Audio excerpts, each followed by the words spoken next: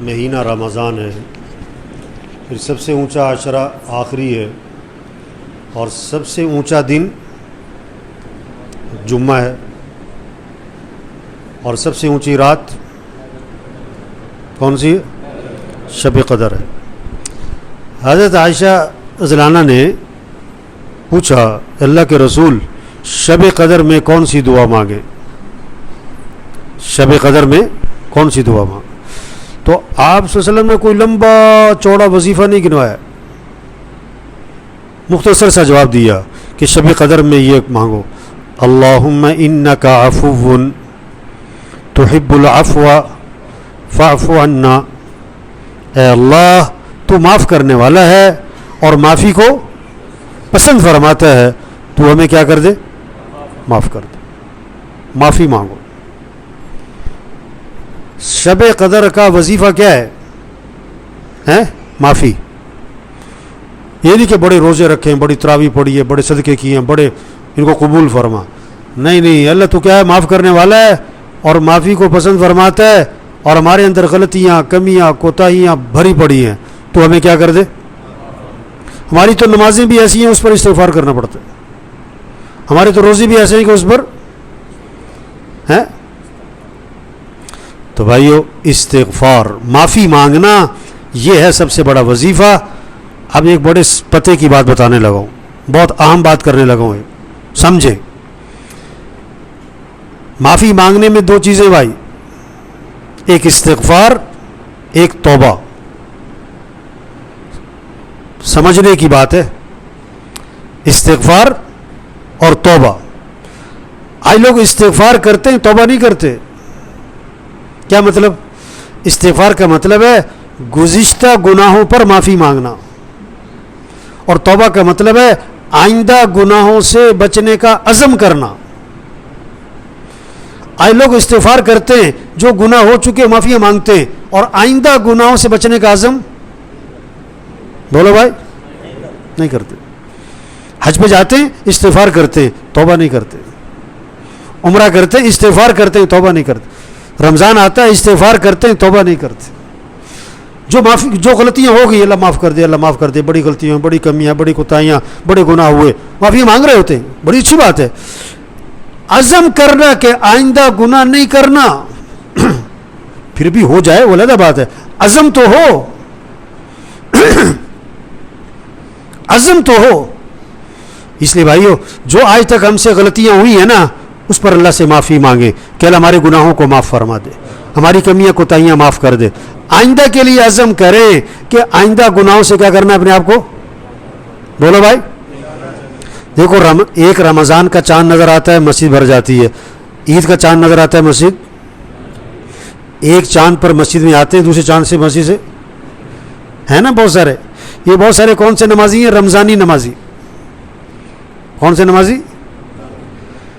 رمضان میں نظر آتے ہیں۔ تو نیت کرو بھی 5 نمازیں پڑھنی انشاءاللہ۔ کب تک؟ ہیں؟ ہاں، 5 نمازیں۔ اور کہاں پڑھنی بھائی؟ یہ ہے توبہ کہ آئندہ نماز نہیں چھوڑوں گا، آئندہ نماز۔ اللہ نے مال دیا، زکوٰۃ دو۔ ایک بہت بڑا طبقہ زکوٰۃ نہیں دے رہا ہے۔ جس پر حج فرض ہے حج کرو، صاف حدیث میں آتا ہے جس پر حج فرض ہے اور نہیں کرتا، اللہ کے نبی نے فرمایا مجھے کوئی پرواہ نہیں، یا یہودی ہو کے مرے یا عیسائی ہو کے مرے۔ یہ بہت سے کہتے ہیں ابھی تو پلاٹ بنانے، ابھی تو فیکٹری لگانی ہے، ابھی تو بچیوں کی شادیاں کرنی ہیں۔ جو پیسہ حج پہ لگانا تھا ادھر لگا دیا۔ حضرت عمر رضی اللہ عنہ فرماتے ہیں جس پر حج فرض تھا اور حج نہیں کیا اور مر گیا تو قسم کھا کے کہہ دو یہ یہودی مرا ہے یا عیسائی مرا ہے۔ توبہ کریں، اپنی زندگی کو ٹھیک کریں۔ جس چیز کے جھگڑے چل رہے ہیں سب نیت کرو جھگڑا ختم کرنا ہے انشاءاللہ۔ اور جھگڑے پتہ کس سے چل رہے ہیں؟ دشمنوں سے، ہاں، اپنوں سے، بیوی سے، بچوں سے، بھائیوں سے، بہنوں سے۔ نمازیں بھی پڑھی جا رہے ہیں، روزے بھی رکھی جا رہے ہیں، اور لڑائیاں بھی کری ہی جا رہے ہیں۔ یہ بہت سے مسجد کے 2 نمازی ہوتے ہیں لڑے ہوئے، ایک اس کونے میں نماز پڑھتا ہے، ایک اس کونے میں۔ ہاں، بہت سے گھر میں رہتے ہیں، بات نہیں کرتے۔ تو جس چیز کا جھگڑا چل رہا ہے بھائی سب نیت کرو جھگڑا ختم کرنا ہے انشاءاللہ. کب کرنا ہے؟ یہ بندہ کہنا عید تو بات کریں گے اور عید پہ کرو. جن چیز کا جھگڑا بہنوں سے بھائیوں سے جھگڑا ختم کر دو. یہ بہت سے بیوی سے لڑے ہوئے ہیں. ہاں ایک بندہ دوسروں کو عیدی دینے جا رہے ہیں اور گھر میں لڑے ہوئے ہیں. لوگوں کو عید مبارک پیش کر رہے ہیں. جھگڑے ختم کرو میرے بھائی. جس کے بارے میں آپ کو پتا ہے کہ یہ جھگڑا ہوا ہے, اس کا جھگڑا ہوا ہے, آپ بیچ میں پڑو, صلح کرواؤ. اور دیکھو حدیث میں آتا ہے صلح کروانے کے لیے جھوٹ بولنا بھی جائز. صلح کروانے کے لیے باتیں, یار وہ تو کہہ رہا تھا میں تو ملنا چاہتا ہوں, حالانکہ اس نے تو کوئی نہیں کہا. یار وہ تو تمہارے بارے میں بڑی اچھی رائے رکھتا ہے. دونوں کو قریب کرنا ہے, مانوس کرنا ہے. تو جھگڑے ختم کریں میرے بھائی. اللہ کے نبی باہر نکلے بتانے کے لیے شب قدر کون سی رات ہے. دو مسلمانوں کا جھگڑا ہو رہا تھا, اس جھگڑے کی وجہ سے شب قدر کی تعین اٹھا لی گئی. اور جس گھر میں روز جھگڑے ہوتے ہوں وہ گھر کتنی خیروں سے محروم ہوتا ہے, کتنی برکتوں سے محروم ہوتا ہے, کتنی نحوستیں اس گھر پہ اترتی ہیں. تو سب جھگڑے ختم کریں گے نا انشاءاللہ. جھگڑا ختم کرنے کا فارمولہ پتہ کیا ہے؟ وکیل, جج, پولیس, عدالت, کچہریاں, پنچایت نہ.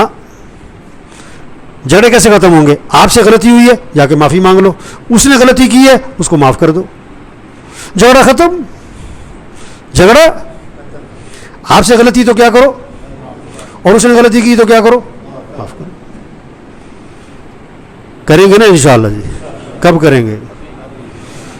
قریب ہے کوئی جس سے جھگڑا ہے, گھر چلے جاؤ, السلام علیکم, کی گل ہے, تیری مہربانی ہے یار, رمضان کا مہینہ ہے, عید آ رہی, بس نہیں تو ادا کیتا, یار تیری مہربانی ہے, پاؤں پکڑ لو اس. اگر کوئی دور ہے جس سے آپ کا جھگڑا ہے, فون کرو باہر جا کے, بہن سے بھائی سے باہر جا کے فون کرو. وہ فون میں غصے ہوگا, یار تیری مہربانی ہے. حدیث میں آتا ہے تم لوگوں کو معاف کرو اللہ تمہیں معاف کر دے گا. تم لوگوں کے ساتھ درگزر کرو اللہ تمہارے ساتھ درگزر کرے گا. بنی اسرائیل کا ایک آدمی اللہ کے دربار میں پیش ہوا, گناہوں کا رجسٹر فل, نیکیوں کا رجسٹر خالی. ایک نیکی ہے بس, کیا کہ لوگوں سے درگزر بہت کرتا تھا. اللہ نے فرمایا یہ ہمارے بندوں سے درگزر کرتا تھا, ہم اس سے درگزر کرتے ہیں. جاؤ جھگڑے ختم کریں, کمائیوں کو پاکیزہ بنائیں. جنہوں نے بہنوں کو حق نہیں دیا, نیت کرو کہ بہنوں کو حق دینا ہے. نیت تو کرو. 100 میں سے اگر پوچھا جائے نا, 100 میں سے کتنے بندوں نے حق دیا ہوگا؟ مشکل سے 10 ملیں گے, 90 نہیں دیتے. اچھا پتہ کیا کہتے ہیں, انہیں معاف کر دیا تھا. کہتے ہیں نا, میں ان سے کہتا ہوں اچھا اس کا حق جو بنتا ہے اس کے ہاتھ میں پکڑا دو, اور اگلے دن جا کر کہو بہنا واپس کر دو, لا کے دکھا. پھر وہ کیا کہے گی, وہ تو بچے لے گئے. اچھا یہ بہت سے پتہ کیا کہتے ہیں, ہم نے جہیز دے دیا تھا. جہیز بھی شریعت کا مسئلہ کیا ہے یہ دیکھو, شریعت کیا کہتی ہے. ایک آدمی سے پوچھا تم نے فجر کی نماز کیوں نہیں پڑھی آج؟ کہتا میں نے رات تہجد بہت پڑھ لی تھی آج. اپنی مرضی کا دین ہے. تو سب نیت کرو بہنوں کو حق دینا ہے. عجیب بات بتاؤں, بہنوں کے گھر کھانا کھانے کو عیب سمجھتے ہیں, اور بہنوں کو وراثت میں حصہ دینے کو مصیبت سمجھتے ہیں. 500 روپے کا کھانا نہیں کھاتے اور 50 لاکھ روپے دبائے میں. یہ حرام کھا رہے ہیں. جنہوں نے بہنوں کو حق نہیں دیا یہ کیا کھا رہے ہیں؟ ان کی دعائیں قبول, ان کی عبادت قبول, ان کے گھروں میں برکتیں.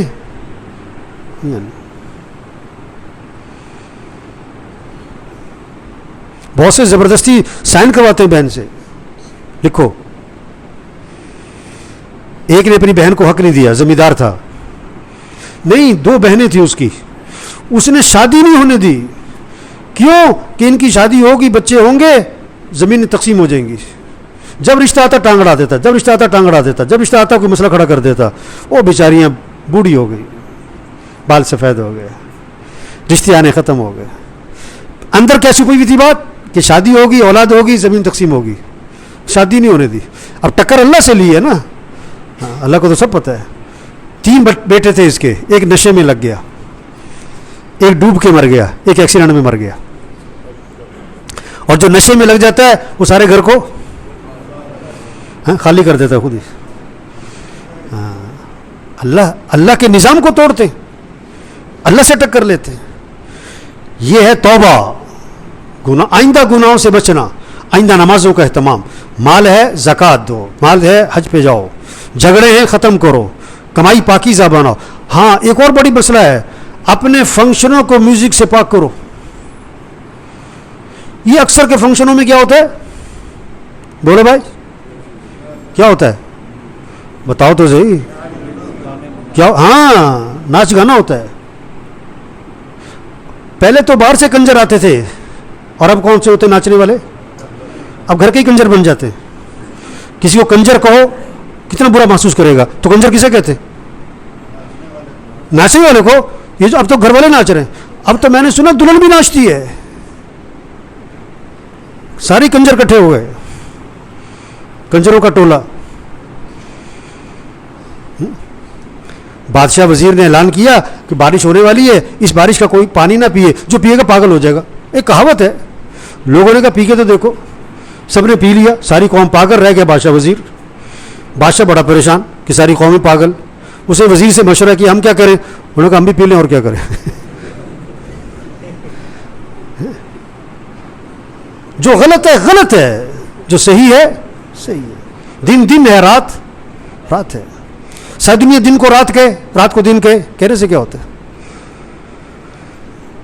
توبہ بتا رہا ہوں, توبہ کیا ہے, فنکشنوں کو میوزک سے پاک کرو. اپنی بچیوں کو حیا سکھائیں, حیا والا لباس پہنائیں. دیکھو ایک بات کہنے لگا ہوں, اچھی لگے یا بری لگے, بات صحیح کہہ رہا ہوں. حیا ایمان کا شعبہ ہے. ہمارا اللہ ہمیں حیا سکھاتا ہے, ہمارا نبی ہمیں حیا سکھاتے, ہمارا قرآن ہمیں حیا سکھاتا ہے, ہمارا دین ہمیں حیا سکھاتا ہے. ہمارا دین حیا والا دین ہے. دین کی بنیاد حیا پر, کفر کی بنیاد بے حیائی پر. جب حیا آئے گی تو لباس کیا ہوگا, ڈھیلا, لباس پورا, لباس موٹا. جب حیا جائے گی لباس چست ہو جائے گا, باریک ہو جائے گا, مختصر ہو جائے گا. مختصر لباس, باریک لباس, چست لباس, تنگ لباس, یہ بے حیائی کی علامت ہے. اب آپ دیکھو لباس کون سا چل رہا ہے اس وقت, باریک کے موٹا, چست کے ڈھیلا, مختصر کے پورا. مختصر. پہلے عورتوں کا برقع کیا تھا, اب دوپٹہ بھی جا رہا ہے. اللہ نے تو مرنے کے بعد بھی عورت کے سر پہ دوپٹہ دیا ہے.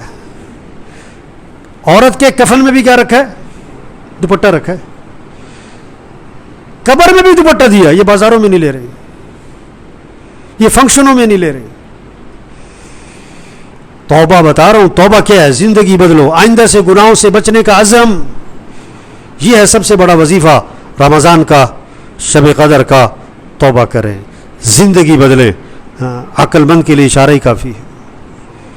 عقل مند کے لیے اللہ سچی بات ہے, بڑے رحیم ہیں, کریم ہیں, رحمان ہیں, ودود ہیں, بڑی محبت کرنے والے بندوں سے. اللہ اپنا پیغام پہنچاتے ہیں کانوں تک تاکہ توبہ کر لو, توبہ کر لو. سب ان باتوں پر عمل کریں گے نا انشاءاللہ جی. اپنی زندگی کو بدلنا ہے, اپنے معاشرے کو پاک کرنا ہے. یہ ہے کورونا کا پیغام کہ زندگی بدلو, سوچ بدلو, شوق بدلو, جذبے بدلو, رہن سہن بدلو. لوٹو اللہ کی طرف, دین کی طرف, شریعت کی طرف, سنت کی طرف, اعمال کی طرف. اللہ کے سامنے رو, گڑ گڑاؤ, اللہ سے معافیاں مانگو. اس وبا کو کون دور کرے گا, اللہ ہی کرے گا, کوئی نہیں کر سکتا. اللہ نے چاہ لیا ایک لمحے میں ختم, اور خدا نخواستہ اللہ نے نہ چاہا تو یہ سال, 2 سال, 3 سال بھی ختم. اللہ اس کو ضرورت ہے کہ ساری قوم اللہ کے سامنے گڑ گڑائے. ایسے حالات ہیں. توبہ توبہ توبہ. آج جھوٹ والا جھوٹ نہیں چھوڑ رہا ہے, رشوت والا رشوت نہیں چھوڑ رہا ہے, جو نمازوں میں غفلت کر رہا ہے کر ہی جا رہا ہے. اللہ سب کو عمل کی توفیق نصیب فرمائے. الحمدللہ رب العالمین.